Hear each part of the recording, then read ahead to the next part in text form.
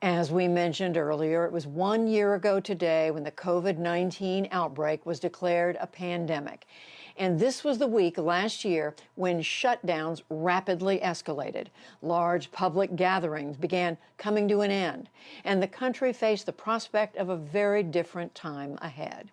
Amna Nawaz is here with personal recollections of how life in the U.S. was transformed and the challenges of this past year. That COVID-19 can be characterized as a pandemic. In the year since that ominous announcement on March 11th of 2020, life in America has changed drastically. The U.S. has seen more than 525,000 deaths from COVID-19 and upwards of 29 million confirmed cases. There have been lockdowns, school closures, and economic collapse. Inequality has gotten worse. Our hospitals have been overwhelmed. It's been a year of pain, disruption, and incredible stress. Thank you for making the time. It's a lot to cover. In recent weeks, we've spoken to more than a dozen Americans, a frontline nurse, a single mother, a public health official, and many more who were sick or even lost someone to coronavirus. They shared with us their memories and their stories of pandemic life over the last 12 months. When do you remember everything kind of changing in the pandemic for you? Is there a day? Yes, absolutely. March 12th, 2020. I remember it. I will never forget that day. I'm at work and I remember I had a little bit of a cough. And I'm messing with, the other supervisors, and I'm just like, oh my gosh, you guys, what if I have COVID? What if I'm like, I was totally joking about this. I had a very strange sensation when I was going to sleep, and it was so bad, it felt like my lungs actually locked up. And I came off of the bed, I was on my hands and knees on the floor, holding onto my bed, just trying to regain my breath. That scared me.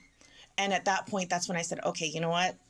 I don't know what this is, but I gotta go. The 16th of March was when I drove myself to the hospital, and they checked everything and they said, we need to admit you right away, like right now, because not only do you have COVID, but you actually have severe pneumonia and it's killing you.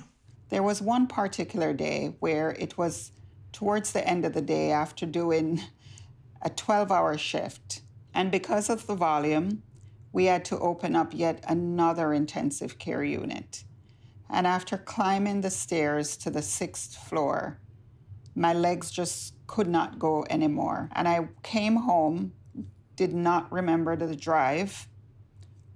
I know that I was in my house and I was afraid to close my eyes that night. I did not want to die alone in my house. That's what I kept saying, because I live alone. I said, please, God, don't let me die alone here.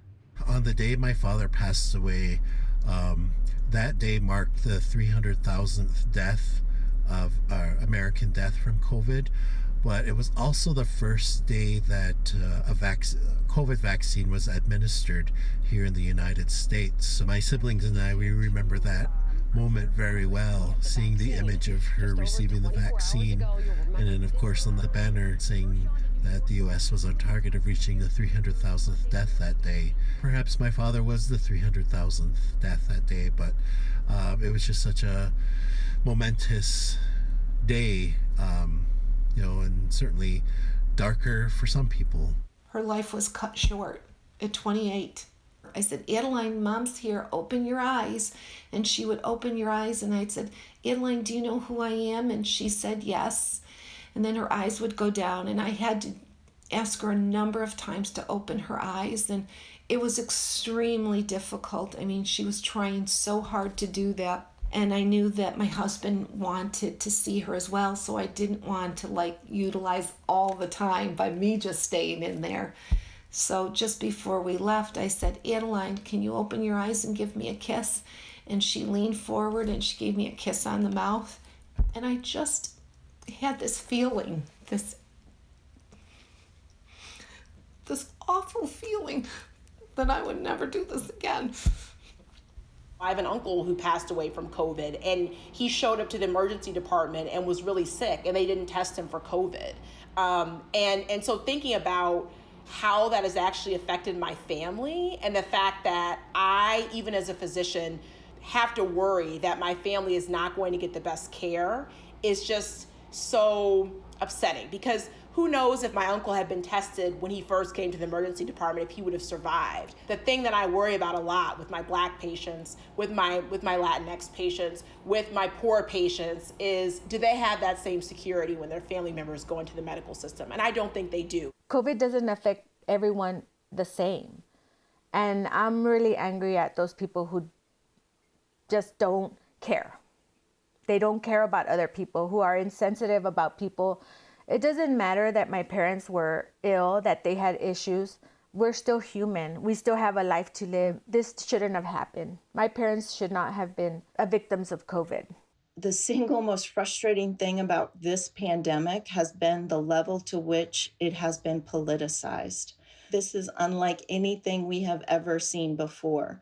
And so having to really justify the science behind public health recommendations over and over and over to really smart elected officials, because they were hearing from the community that, oh, I can't wear a mask, I can't breathe when I have a mask on, which we all know is not true, that was so frustrating for us to have to do that. But really, it was just another example of politicians kind of co-opting the public health response to this pandemic.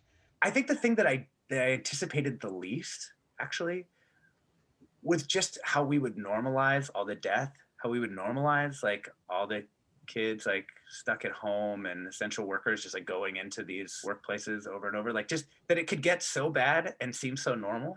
That sense of like everything falling apart at every level all around you, and yet you have to live, you have to survive, you just have to keep putting one foot in front of the other. And the normalcy of the weirdness was the thing that, without living through it, I don't think I could have ever understood.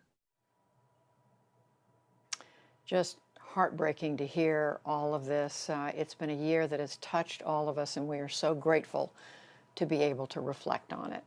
And you can hear much more of these stories and others on our podcast with Amna, America Interrupted, the longest year. And you can listen wherever you get your podcasts.